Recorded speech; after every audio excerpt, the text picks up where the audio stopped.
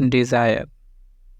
जब एक व्यक्ति अपने गोल को चुनता है तब उस गोल को पाना उसका सिर्फ एक विश होता है, और वो व्यक्ति जब अपने विश के ऊपर एक एक्शंस लेता है तब वो विश एक डिज़ायर बन जाता है।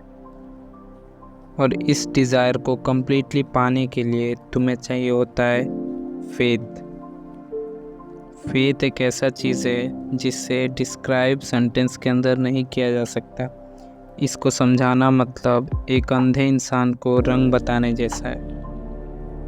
फेथ को अचीव करने का एक सॉल्यूशन है auto suggestion, the third step to the riches. Basically auto suggestion का एक मोटिव होता है तुम्हारे डिज़ायर को सबकॉन्शियस माइंड तक पहुंचाना। जिस वक्त तुम्हारा डिज़ायर सबकॉन्शियस माइंड तक पहुंच जाएगा, ऑटोमेटिकली तुम्हारे अंदर फेथ डेवलप ज़रूर हो जाएगा। There are some basic steps for the auto suggestion, like repetitions of your motive and feeling as you are already in the possession of the money. If your goal is to become rich, whenever you use the auto suggestion steps, you should always remember that all your words should have emotional feelings so that it can reach to your subconscious mind. जब कोई भी words तुम्हारे subconscious mind तक पहुंच जाता है तो तुम्हारा सबकॉन्शियस माइंड उस चीज़ की तरफ एक एक पॉसिबल स्टेप्स अहेड लेता ही रहता है। Let's listen to the story which will give you the better understanding of this three principles. The real story of the Blair Hill, the son of Napoleon Hill. इस story को हम start करते हैं एक छोटे से फैमिली से, जिसके अंदर है फादर, एक मदर, उनका बड़ा बेटा और एक न्यू बॉर्न बेबी जो कि अभी पैदा हुआ है।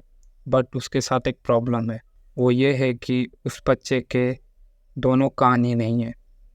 यस, उस बच्चे के दोनों कान ही नहीं है, जो देखकर ऑफ कोर्स उनके पिता को बहुत बुरा लग रहा होगा। और डॉक्टर्स ने ये भी कहा कि ये बच्चा ना ही फ्यूचर में सुन पाएगा और ना ही कभी बोल पाएगा।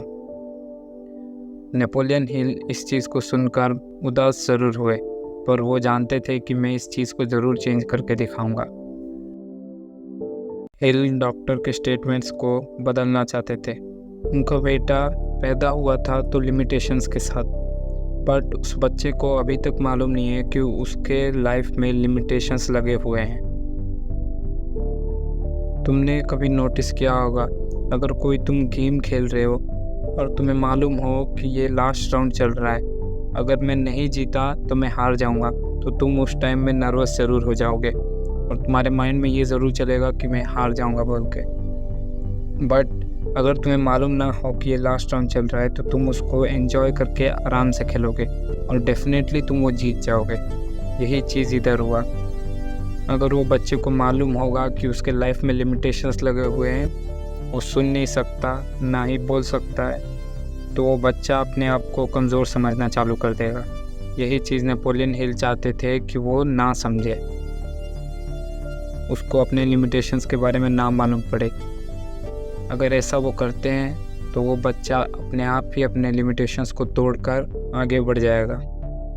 नेपोलियन हिल अब एक प्लान के साथ चल रहे थे। अब वो चाहते थे कि उनके बेटे के दिमाग में एक बर्निंग डिज़ायर डालना। नेपोलियन हिल अपने अंदर एक स्ट्रॉन्ग फेथ जगाना चाहते थे, एक स्ट्रॉन्ग आस्था, क्योंकि उनका बेटा उनकी बात सुनेगा और उनके ऊपर भरोसा रखेगा, उनके ऊपर आस्था रखेगा। नेपोलियन हिल अपने अंदर जो डिज़ायर है उसको अपने बेटे तक पहुंचाएंगे। बात रही फेथ की, तो उनका बेटा फेथ उनके ऊपर रखा हुआ है। जब बच्चे बात करने की उम्र में पहुंच जाते हैं, उस समय तक भी उनका छोटा बेटा बोल नहीं रहा था, बट वो अब थोड़ी थोड़े आवाज़ों को सुनना चालू कर दिया था।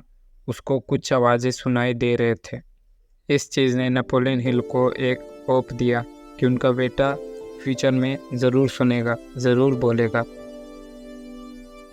अब नेपोलियन हिल ने एक विक्ट्रोला मशीन ख़रीदा। उन्होंने एक म्यूज़िक प्ले किया और उन्होंने नोटिस किया कि उनका बच्चा उस म्यूज़िक को एंजॉय करना चालू किया, जिसका मतलब ये था कि उनका बेटा अब थोड़े थोड़े आवाज़ें सुन सकता है।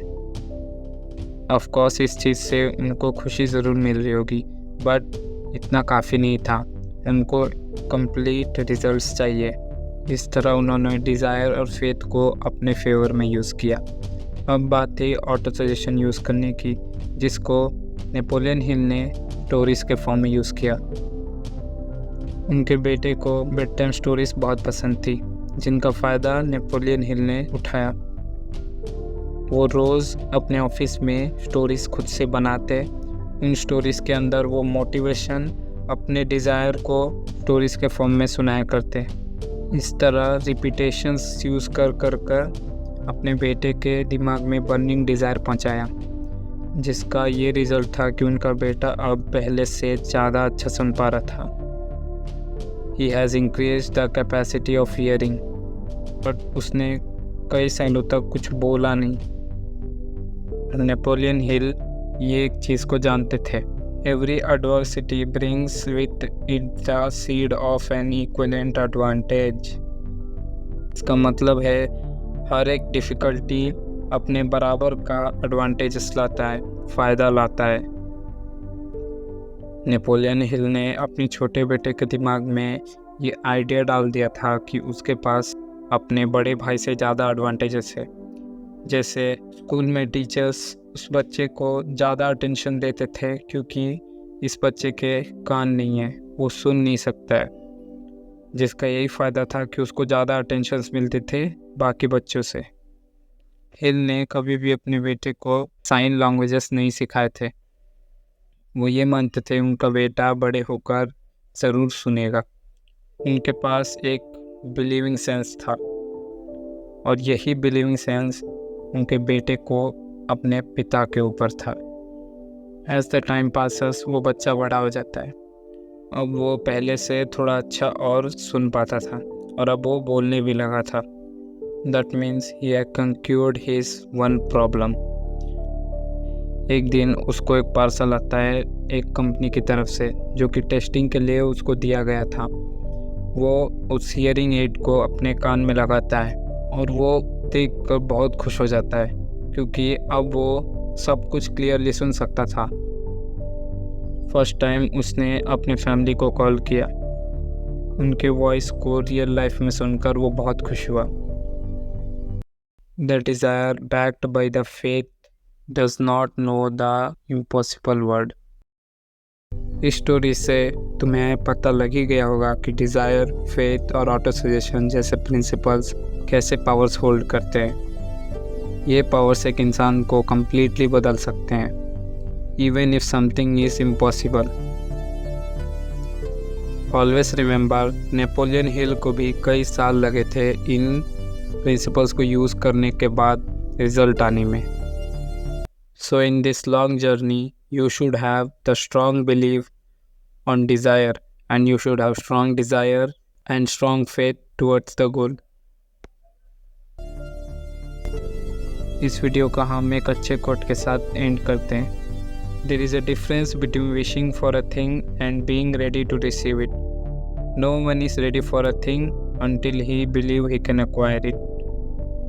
So stop wishing and start believing.